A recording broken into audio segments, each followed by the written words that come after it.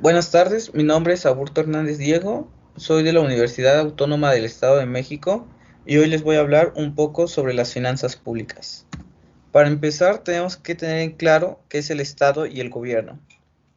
Pues el Estado es una forma de organización política que cuenta con el poder administrativo sobre una zona demográfica. Tiene el poder de organizar y administrar la vida de la sociedad. El gobierno se refiere al conjunto de órganos a los que institucionalmente les está confiado el ejercicio del poder político. El Estado tiene así tres elementos básicos, que son la población, el territorio y el poder. La población es el conjunto de personas que viven en el Estado.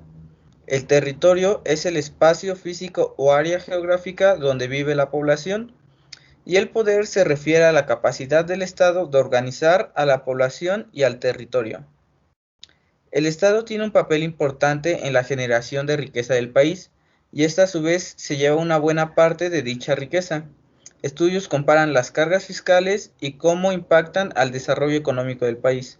Si no existe una buena política fiscal, una distorsión en un mal sistema de impuestos podría implicar no pagar los mismos impuestos, haciendo que se incrementen los costos del sistema tributario y sea más ineficiente. Esto se refiere a que si algunas leyes no son cuerdas en el pago de impuestos, más personas tratarían de evitar pagar dichos impuestos, haciéndose que sea ineficiente el sistema. Para esto, las leyes en México deben de ser justas, pero existían leyes que beneficiaban a las grandes empresas en las lagunas que quedaban realizando evasión fiscal bajo la misma ley. Esto quiere decir que bajo las leyes que aplicaba México a distintas empresas, existían pequeños estragos donde estas empresas se amparaban para poder pagar así menos impuestos y que estuvieran este, amparados por dichas leyes. Las distorsiones que pueden imponer un gobierno para los impuestos puede derivar en un déficit importante para el país. Para esto hay algunos artículos que hablan sobre el desarrollo económico del país, sobre el pago de impuestos, como lo puede ser el artículo 25, corresponde al Estado de la Rectoría del Desarrollo Nacional para garantizar que éste sea integral y sustentable, que fortalezca la soberanía de la nación y su régimen democrático, y que mediante la competitividad, el fenómeno de crecimiento económico y el empleo y una justa distribución del ingreso. Esto quiere decir que los ingresos que recolecta el Estado puedan ser distribuidos de manera eficiente y correcta a través de todo el pueblo. El artículo 26 dice que el Estado organizará un sistema de planeación, democratización del desarrollo nacional que imprima solidez, dinamismo, permanencia y equidad al crecimiento de la economía para la independencia y democratización política, social y cultural de la nación. Mientras que el artículo 28 toca un punto muy importante para el desarrollo económico, ya que dicta que quedan prohibidos los monopolios y las prácticas monopólicas dentro del país. Algunas diferencias entre el gobierno y el Estado es que el gobierno es una parte del Estado y es el organismo que se encarga de administrar sus poderes. Además, el gobierno es temporal y puede cambiar de estilo, de personas, mientras que el Estado sigue vigente. El sector público se financia principalmente de la recolección de tributos y de la emisión de deuda. Otros ingresos de menor importancia son las ganancias de empresas de propiedad estatal, donaciones, venta de servicios de la administración pública, por ejemplo, cobro de tasas por trámites. El mercado son los agentes que llegan e intercambian. Ellos establecen los precios de intercambio. El Estado propone un precio máximo de intercambio y es cuando interviene en la fijación de precios para que no exceda y tenga un precio justo, para que no exista un abuso por parte de los vendedores y así el mercado puede estar en armonía. Para esto existen o se crean las fallas de mercado, que son las fallas que se pueden dar cuando el interventor da preferencia a algún sujeto en el intercambio de bienes. No solo existen las fallas de mercado, sino las fallas de Estado también pueden presentarse cuando la información es limitada y la posibilidad de anticiparse a las consecuencias de ciertas medidas regulatorias. Algunas fallas de mercado pueden ser los monopolios, las asimetrías de información, las externalidades negativas. Los monopolios pueden ser cuando una empresa que domina y es única impone el precio ya que es la única con este producto. En México existen leyes donde se dice que las empresas o instituciones no se definen como monopolios, los monopolios y sus variantes, por ejemplo, en el sector financiero del país. Hay algunas leyes que amparan los monopolios solo cuando son parte del gobierno, por ejemplo, Pemex o Telmex, que son monopolios, pero estos son amparados por leyes y el gobierno. Las asimetrías de información son cuando se adquiere un bien o servicio, pero no se tiene la información completa. Y las externalidades negativas son la contaminación del medio ambiente, que es un costo para la sociedad por las privatizaciones. La eficiencia de los factores de producción, que son la tierra de trabajo, el capital, el desempleo, hacen que no funcionen bien los mercados de manera eficiente. Todo esto está envuelto en reglas formales e informales, por lo que a esta interacción se le conoce como institucionalismo, que justifica la intervención del Estado en el mercado. Algunas fallas de Estado pueden ser como la limitación del control de las empresas privadas. El Estado no puede estimar las consecuencias de su intervención, pero le es difícil controlarlo por completo. Y las limitaciones de la burocracia. Por el sistema de gobierno, son diferentes poderes los que intervienen y sobre los que cae la figura pública, entonces las limitaciones a la burocracia tienen algunos costos. Por ejemplo, algunas fallas de mercado pueden ser los monopolios y los oligopolios, que pueden ser Microsoft, que es una compañía de tecnología multinacional, y Telmex, que es una empresa nacional de telefonía mexicana. Los ingresos públicos. ¿Qué son los ingresos públicos? Son todas aquellas entradas de recursos que recibe el gobierno. Nos sirven para financiar el gasto y cumplir las funciones del gobierno con la sociedad, la capacidad del Estado para recabar recursos y así cumplir sus metas.